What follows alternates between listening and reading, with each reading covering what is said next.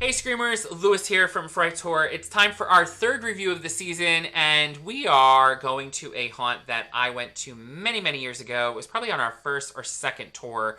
I'm talking about the one, the only Night of Terror. Oh yes, Night of Terror in Mullica Hill, New Jersey. It's about an hour and a half away from home. It has 4 attractions. It used to have 6, so they've downsized a little bit.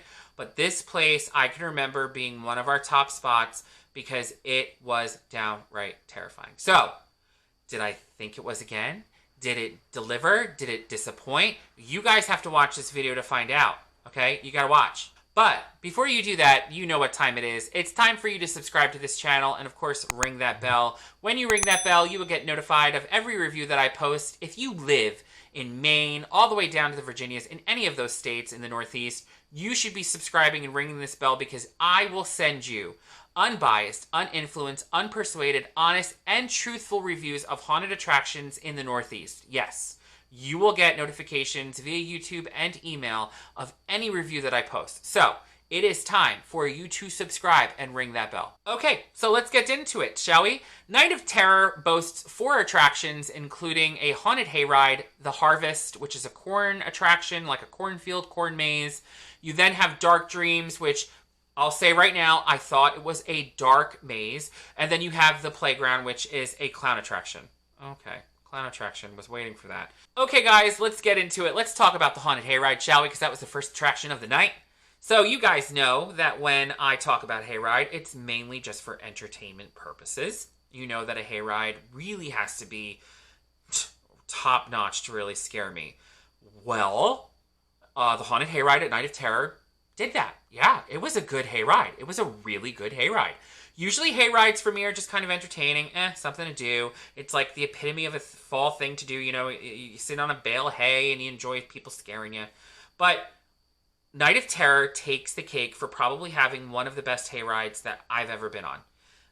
Okay, many years ago, I can remember that I probably had stated that Night of Terror had way too many animatronics. They do. They still do. But they are strategically and perfectly placed to execute very effective scares. I have never seen so many people on a hayride, including myself, jump.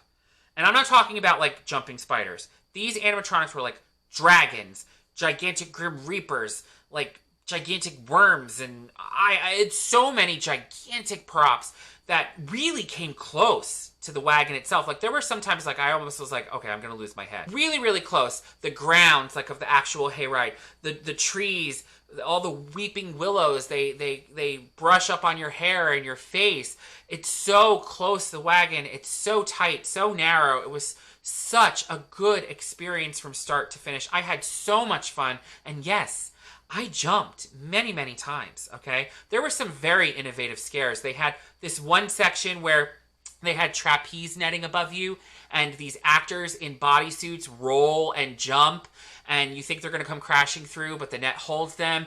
They had this other guy up above behind a cage with a bunch of, like, angry gorillas, and the tractor goes underneath with the wagon, underneath like chain link fence, and he's walking from one side to the other, and then when he gets to the other side, he pushes one of the gorillas out, and it kind of like flops down really hard and like almost comes down on the wagon. There were some really innovative things on this hayride. They really thought outside the box. It was such a good hayride.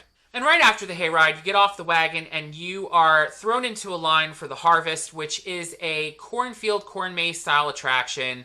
I can remember from many years ago, this was a Find Your Way Out where me and Joe were lost. Yeah, guys, Joe was with me, by the way, again, my old crime partner with his husband, Donald. We were experiencing Night of Terror all together. I can remember me and Joe being trapped inside this corn maze for close to an hour trying to find our way out. I was like, oh, here we go again. Lo and behold, thank God, thank the corn gods, it was not that style attraction. It was your normal walkthrough. And this attraction was dark. It was scary. It was full of corn. It was full of actors. Let me tell you something. Again, so good with strategically placing their animatronics and their static props. they distract you, or they effectively scare you on their own. I couldn't tell what was real. I couldn't tell what was fake. The actors were really using the shadows and the darkness to pop out and scare you. My throat got really sore after this attraction. I screamed numerous times. I was so excited that after 2 places this tour, I was finally getting some good screams on. Yes, I was getting my scream on, and I loved it. Night of Terror was not disappointing whatsoever. You know, talking about the Hayride, really, I'm rambling. I'm totally lost for words. I can't speak right now. Before we go any further, the Hayride was really long, okay? And so was the Harvest. We were walking for a good, 15 minutes. These attractions were beefy. They were full of actors. They had so many scares. I was so thoroughly enjoying it, and I could not wait to get on to the next one. All right, guys, so after the Harvest, you are given the option to either do Dark Dreams or the Playground first. Those are the last 2 attractions on the menu. I wish that we had saved the Playground for last, but we didn't. We went next to the Playground, our 3rd attraction of the night. And many, many years ago, seems to be the theme, many years ago, this place, Night of Terror, had the most intense and scariest clown attraction I have ever experienced. Dreary fanfare music, a very slow blinking strobe light where the clowns moved in and out of darkness. I can remember actually freezing in a room and Joe had to carry me. I might have repeated myself there. I'm not really entirely sure. It's very late at night. But this place was really scary, okay? Now, going into it, I know that Night of Terror has an art with clowns. I got my 3D glasses. We were walking in. You start outside, and then you get thrown into the madness of the playground. And let me tell you, it is a non-stop, relentless, from start to finish, in-your-face, terrifying attraction. The artistry that goes behind this with the neon paint, the sets, the design, the layout, it is immersive. You are thrown into a mad world of clowns, and they are taking no prisoners. It is not a laughing joke. This attraction was so scary, okay? So scary that I had my arms up like this, okay? And I was walking really slow. I was very anxious.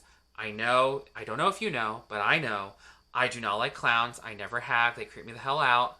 But this attraction, save it for your last. Do it last because it is the best at Night of Terror. It takes the cake as their best attraction.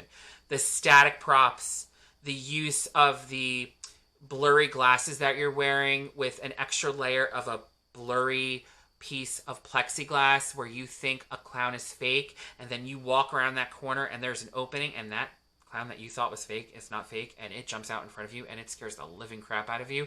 Yeah, that happened at least a dozen times, okay? I could see where the playground came into play. I was wondering, okay, are we supposed to be doing things? There were things that we could have done, crawled through corrugated piping, but we didn't do that, and I don't know if it was because of COVID. The clowns didn't, motion us to do anything, but oh my gosh, okay? It's so weird that from many years ago, my number 1 attraction at Night of Terror was their clown maze, to now it being a clown maze again. They have something going on with clowns. Whoever designs the attractions at Night of Terror, whoever designed the clown maze, oh my gosh, bravo to you. That was probably the best haunted house I've walked to in a long time. I was so freaking scared. Donald was scared. Joe was scared. We were screaming. We were jumping.